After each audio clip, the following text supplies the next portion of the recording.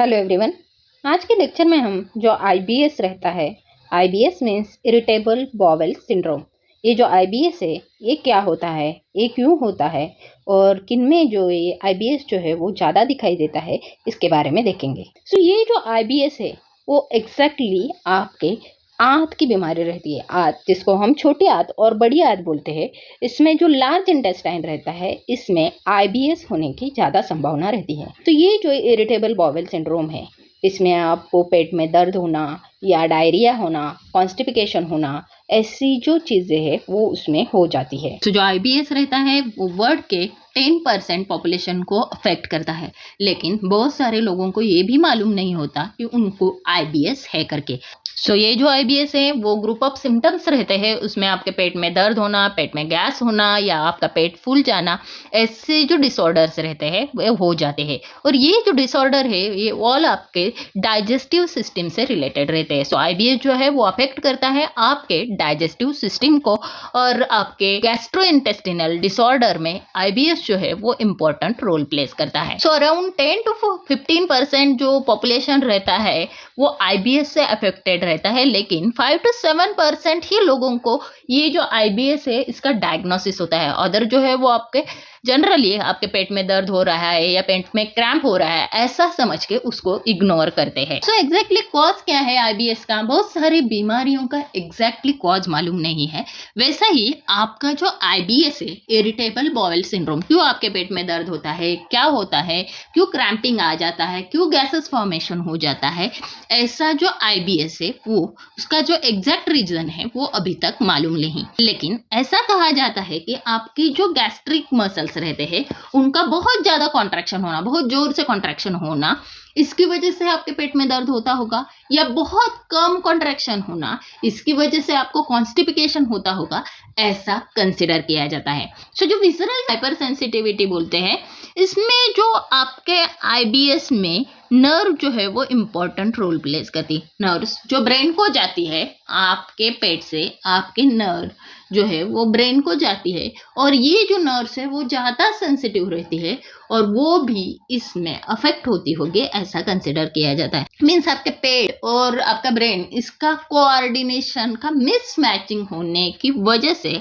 और मिसकम्युनिकेशन होने की वजह से आपको आईबीएस होता होगा, ऐसा कंसिडर किया जाता है। मीन्स इसमें क्या रहता है, आप ज़्यादा स्ट्रेस में है, टेंशन में है, तो भी आपको आईबीएस, आपके पेट में क्रैम्प आता है। तो आपने देखा होगा कि आपके पेट में ऐसा क्रैम्पिंग आया या पेट में दर्द हो रहा है, ऐसा कंसिडर होता है। तो किसी किसी में यही स्ट्रेस की वजह से डायरिया होता है, कॉन्स्टिपिकेशन होता है, बार बार टॉयलेट को जाना पड़ता है, ऐसा भी कंसिडरेशन, ऐसे भी जो कॉजेस है स्ट्रेस के, वो आपके आईबीएस में हो जाता है। ऐसा जो आईबीएस है वो फीमेल में ज़्यादा दिखाई देता है एज कम्पेयर टू मेल। ये जो फीमेल में दिखाई देता है at the age of 20 to 30, जब फीमेल रहती है तब के टाइम में ये जो आईबीएस है वो ज़्यादा रहता है। मीन्स जो आपका रिप्रोडक्टिव पीरियड से रहता है उसमें जो है वो आईबीएस जो है वो ज़्यादा दिखाई देता है। जैसे जैसे फीमेल का एज बढ़ जाता है वैसे वैसे ये जो आईबीएस है वो थोड़ा थोड़ा कम होने लगता है और वो मैनेज होने लगता है। लेकिन जब फीमेल रिप्रोडक्टिव एज में रहती है at the age of 20 to 30, 40 तक जो है वो फीमेल में आईबीएस जो है वो ज़्यादा दिखाई देता है। ऑल्सो ये जो आईबीएस है वो पीरियड्स के टाइम ज़्यादा पेन करता है। ऑल्सो ये जो आईबीएस है, प्रेगनेंसी रहती है तभी भी ये जो आईबीएस है वो ज़्यादा तकलीफ देता है। ये जो आईबीएस है ये 45 एज के बाद फीमेल में, मीन्स मेनोपॉज के बाद धीरे धीरे कम हो जाता है। जो आईबीएस है वो मेल में कम दिखाई देता है। ये जो आईबीएस है इसमें जो है वो कौन सा भी कैंसर या बहुत बड़ी बीमारी होने के चांसेस नहीं रहते। तो ये आईबीएस है, इसकी वजह से आपको कुछ कोलाइटिस हो रहा है या कोहन्स डिसीज हो रहा है या कोलन का कैंसर हो रहा है, ऐसा कभी भी नहीं होता। मीन्स आपको आईबीएस है तो आपको कैंसर होगा, आपको लॉन्ग लास्टिंग जो है वो इन्फेक्शन हो जाएगा, ऐसा कंसिडर नहीं किया जाता। तो ये जो आईबीएस है वो आपके इंटेस्टाइन को ज़्यादा अफेक्ट नहीं करता, ज़्यादा तकलीफ नहीं देता।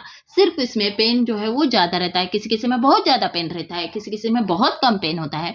सो कभी कभी ये जो पेन है वो कभी समझ में भी नहीं आता क्या है, आपके पेट की बीमारी है और इसमें जो है इरिटेबल बॉवेल सिंड्रोम रहता है, पेट में दर्द होता है, क्रैम्पिंग आ जाता है, डायरिया, कॉन्स्टिपिकेशन ऐसी भी तकलीफ इसमें हो जाती है। कभी आपका स्टूल जो है वो ज़्यादा हार्ड हो जाता है, कभी आपका स्टूल जो है वो बहुत पतला हो जाता है। ऐसे कंसिडरेशन आईबीएस में किए जाते हैं। सो ये जो आईबीएस है इसको इरिटेबल बॉवेल सिंड्रोम बोलते हैं, इरिटेबल कोलन बोलते हैं या स्पास्टिक कोलन भी इसको बोलते हैं, नर्वस स्टमक ऐसा भी उसको बोलते हैं। नर्वस स्टमक क्यों बोलते हैं? नर्वस और स्टमक का कोऑर्डिनेशन मीन्स आपके पेट और ब्रेन का कोऑर्डिनेशन यहाँ पे हो जाता है। स्ट्रेस, एंजाइटी या टेंशन, इसकी वजह से इसके जो सिम्टम्स है ये ज़्यादा सीवियर हो जाते हैं। मीन्स एग्जैक्टली उसका रीज़न आपका स्ट्रेस या एंजाइटी नहीं है कि आपको स्ट्रेस आया मीन्स आपको आईबीएस आया, ऐसा नहीं।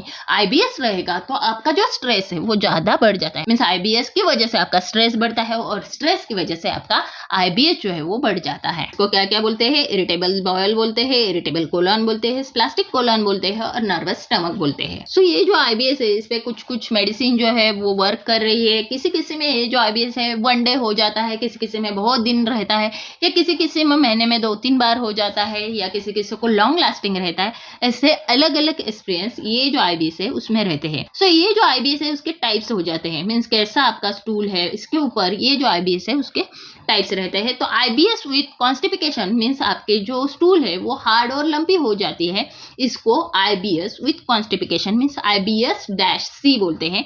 तो IBS with diarrhoea means IBS-D बोलते हैं। तो उसमें जो आपका स्टूल है या पूप है वो लूज और वाटरी हो जाती है, पतली हो जाती है स्टूल, उसको आईबीएस विथ डायरिया बोलते हैं। IBS with mixed bowel habit means इसमें जो है वो आपके बॉवेल की मूवमेंट्स मीन्स आपकी जो आंत है उसकी जो मूवमेंट है उसके डिपेंड ये जो आईबीएस का टाइप है वो रहता है। इसमें जो है हार्ड और लंपी जो है वो आपकी बॉवेल की मूवमेंट रहती है, तो लूज और वाटरी मूवमेंट भी इसमें जो है वो रहती है। मीन्स दोनों भी, कभी कभी हार्ड स्टूल पास हो जाता है इसमें, तो कभी कभी वाटरी भी रहता है। डिपेंड ऑन आपका बॉवेल का मूवमेंट कैसा है, फास्ट है, स्लो है, इसके ऊपर ये जो आईबीएस है वो डिपेंड करता है। डायरिया है, कॉन्स्टिपिकेशन है या मिक्स वो दोनों भी है, ऐसा कंसिडरेशन ये आईबीएस में किया जाता है। तो अभी आपको समझ में आया आईबीएस क्या है? पेट की बीमारी, पेट की है। अल्सो कंसिडरेशन उसका किससे है? आपके स्ट्रेस से है, टेंशन से है, एंजाइटी से है।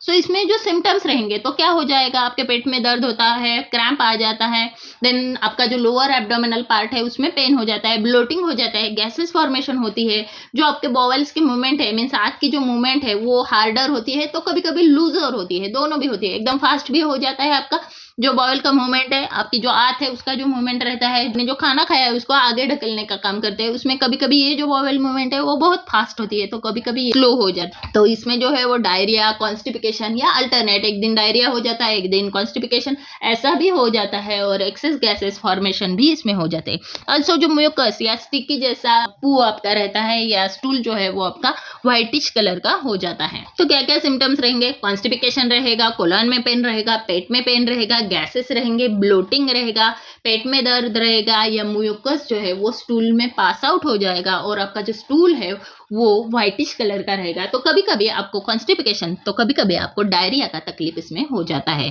सो ऐसा जो आपका आईबीएस है उसमें रिस्क फैक्टर क्या रहेंगे, किसमें जो है वो आईबीएस जो है वो ज़्यादा दिखाई देता है?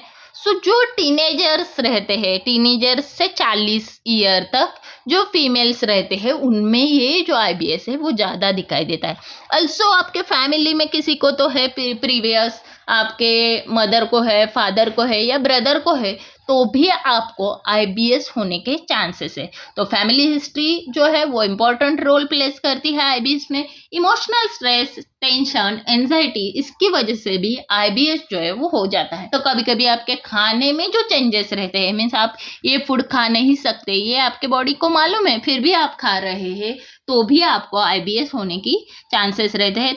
तो जो फिजिकल एक्टिविटी रहती है, सेक्सुअल एक्टिविटी रहती है, उसमें जो चेंजेस हो जाते हैं, इसकी वजह से भी आईबीएस होने के चांसेस रहते हैं। और जो आपके इंटेस्टिनल ट्रैक को कुछ बैक्टीरियल इन्फेक्शन हुआ है, इसकी वजह से भी आपको आईबीएस होने के चांसेस रहते हैं। सो रिस्क फैक्टर में फैमिली हिस्ट्री रहेगा, इमोशनल रहेगा, स्ट्रेस, एंजाइटी रहेगा, देन फूड इंटॉलरेंस रहेगा या फिजिकल और सेक्सुअल अब्यूज रहेगा। उसमें जो है अल्सो आपके पेट को कुछ इन्फेक्शन हुआ, ये भी इसके रिस्क फैक्टर में आ जाता है। सो क्या क्या रिस्क फैक्टर देखें, फैमिली हिस्ट्री रहेगा तो भी आईबीएस हो जाता है। आप फीमेल रहेंगे तो ज़्यादा आईबीएस होने के चांसेस रहते हैं। आपका एज जो है 50 के अंदर होगा तो भी आपको आईबीएस होने के चांसेस है। देन आपका जो मेंटल हेल्थ है उसका कंडीशन कैसा है, आप ज़्यादा एंजाइटी स्ट्रेस फील कर रहे हैं, ऐसे आप है क्या, तो भी आपको आईबीएस होने के चांसेस है। आप ज़्यादा एंटीबायोटिक्स का यूज़ करते हैं तो भी आईबीएस होने के चांसेस है। ऑल्सो आपको गैस्ट्रोइंटेस्टिनल में कुछ इन्फेक्शन है तो भी आपको आईबीएस जो है वो ज़्यादा होने के चांसेस है। तो सिम्टम्स में हमने क्या देखा, एब्डोमिनल पेन होता है, ब्लोटिंग हो जाता है, पेट फूल गया ऐसा लगता है।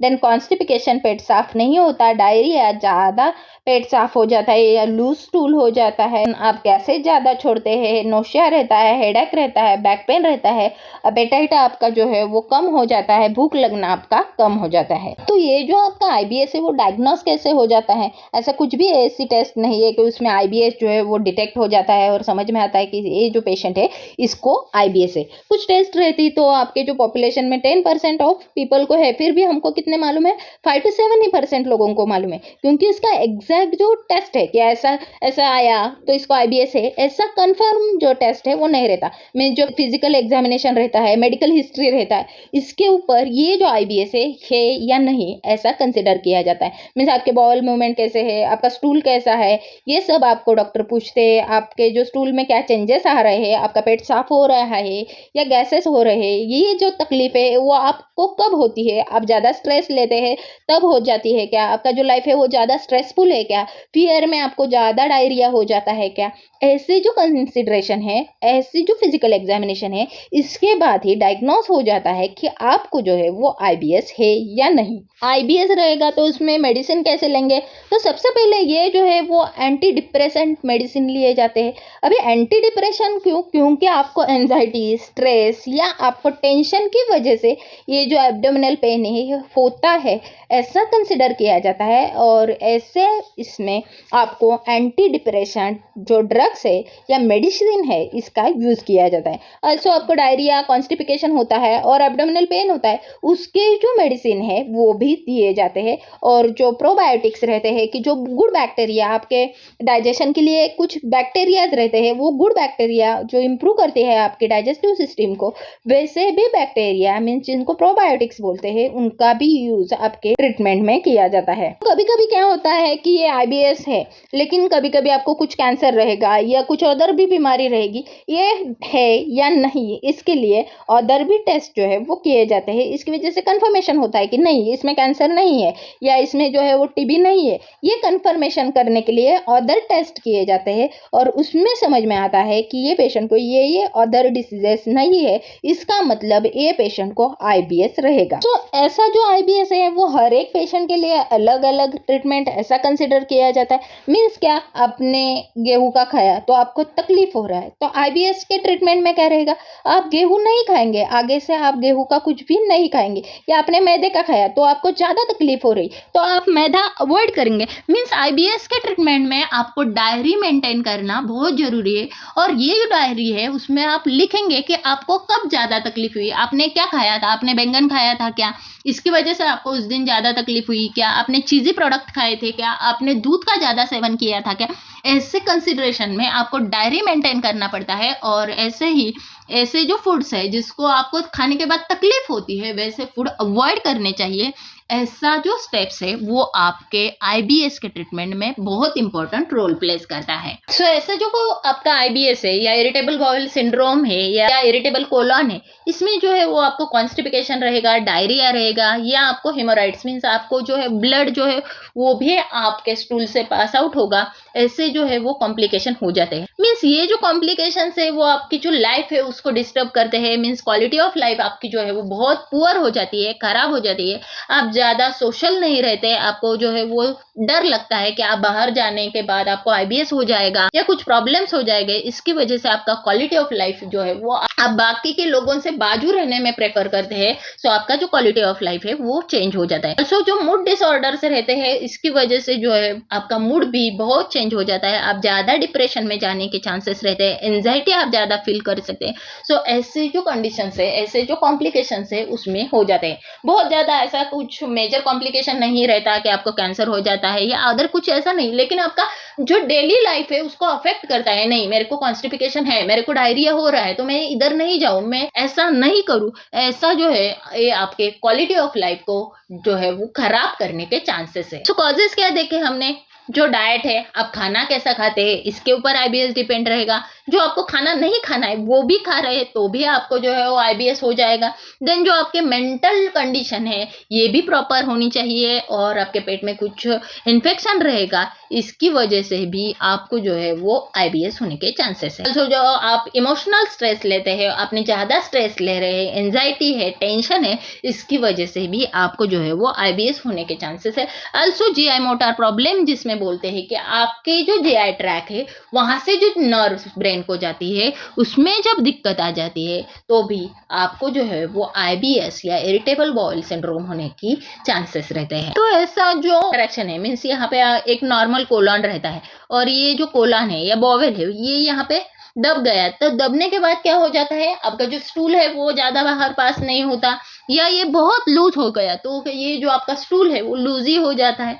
इसकी वजह से आपका इरिटेबल बाउल सिंड्रोम जो है वो आपके क्वालिटी ऑफ लाइफ को अफेक्ट करता है। सो मसल का बहुत ज्यादा कॉन्ट्रैक्शन होना, मसल का बहुत ज्यादा रिलैक्सेशन होना, अल्सो आपका जो नर्वस सिस्टम है वो भी उस पे ऊपर काम करता है, तो इसकी वजह से मीन्स आप ज्यादा स्ट्रेस ले रहे हैं तो भी आपको जो है वो इरिटेबल बाउल सिंड्रोम हो जाता है। तो ऐसा जो इरिटेबल बाउल सिंड्रोम है इसके साथ में रहना बहुत चैलेंजिंग है कि आपको बहुत सारी चीजों पे ध्यान देना पड़ता है। आपके स्टमक में ज्यादा पेन होता है, गैसेस फॉर्मेशन भी, कभी गैसेस फॉर्मेशन होती है तो कभी डायरिया होता है, तो कभी आपको ब्लोटिंग जो है वो भी आपके पेट में हो जाती है। सो अलग अलग चेंजेस उसमें हो जाते हैं। ऐसा नहीं कि सिर्फ कॉन्स्टिपेशन हो रहा है तो पानी ज्यादा पियो और कॉन्स्टिपेशन कम करो, ऐसा नहीं है। या डायरिया हो रहा है तो एंटी डायरियल ड्रग्स लो और डायरिया को कम करो। इसमें जो है वो मिक्स सिम्टम्स रहते हैं, और ऐसी जो मिक्स सिम्टम्स है इसकी वजह से आपका जो क्वालिटी ऑफ लाइफ है वो खराब हो जाता है। बट ये जो आईबीएस है वो मैनेजेबल है, मीन्स आप थोड़ा मैनेज करेंगे, कैसे करेंगे इसके थ्रू ये जो है वो थोड़ा मैनेजेबल है, लेकिन ये क्योर नहीं है, इसमें कौन सा भी क्यूरेटिव मेजर्स नहीं है। ये जो है वो आपने डाइट चेंज किया, लाइफस्टाइल चेंज किया, या आपने आपके जो एक्सरसाइज है उसमें कुछ चेंजेस किया, इसकी वजह से ये आपका जो ट्रीटमेंट है जिसमें मैंने आपको बोला कि डायरी मेंटेन करनी है, ये नहीं खाना वो नहीं खाना, ऐसी जो आईबीएस की ट्रीटमेंट है ये आप प्रॉपर लेंगे तो ये जो आईबीएस है वो खत्म हो जाता है। Thanks for watching and don't forget to like, share and subscribe.